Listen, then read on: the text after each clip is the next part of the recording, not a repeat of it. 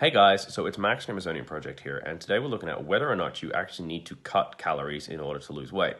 This is one of those things that's endlessly thrown out by fitness pages that it's calories in versus calories out, and that's all that matters. Is it true? Not really, okay? To start with, what even is a calorie? Well, a calorie is a unit of measure used to describe how much energy it takes to raise 1 liter of water by 1 degree in a lab. And that's the key phrase, in a lab. Once food enters your body, it no longer acts like that at all, okay? Protein and fat, for example, have a significant element of what's called thermogenic energy expenditure, especially protein. So, for example, if you were to eat 100 calories of a very slow digesting protein, it might have up to 25% of a thermogenic energy expenditure. So you might actually only absorb 75 calories of that 100. Carbohydrates then, they're measured by something what's called the glycemic index, and this measures how it affects your body once it's intaken. Low sugar foods, vegetables, things like that, they are quite low on the glycemic index, okay? They have a much more balanced effect on your body.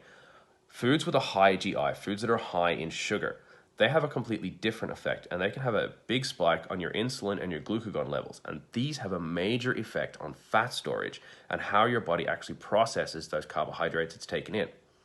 So before we've even gone any further, calories don't act in the way you think they act, okay? But do you need to cut them? There's been many studies over the years looking at the effects and the cause of obesity over the last 40 years or so, okay? And there's yet to be a consistent consensus coming out. Every other year, you're going to see something different coming out, and it's a big new trend, and everyone rushes towards it. We have to do this, and we have to do that. In my experience, the vast majority of clients, by the time they come to me, aren't eating too much in their weekdays, all right? Years of yo-yo dieting, juice cleanses, weekend binges, starvation diets have trashed people's metabolisms. And by the time they come to me, a lot of people are barely eating enough to stay awake Monday to Friday, let alone actually start taking an exercise regime.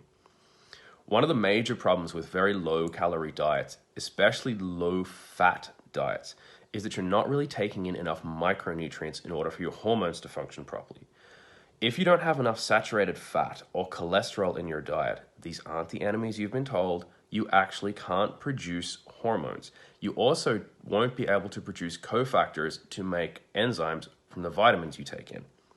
So even if you are somehow getting enough micronutrients in, if you're not getting enough saturated fat and cholesterol, it's not going to matter because you're not going to be able to produce hormones correctly. If your body isn't functioning correctly, if it isn't producing hormones correctly, it doesn't matter how much you're eating. You're not going to be able to create sustainable weight loss. In my experience, reverse dieting is far more effective. What's reverse dieting? Reverse dieting is a sustained effort of increasing your calories and your activity levels and bringing them up so you're actually eating more, exercising more, and now you're losing weight. Now you've got a consistent, solid training plan in place that's helping you drop weight, eat more, and be a lot happier, okay? I hope this helps.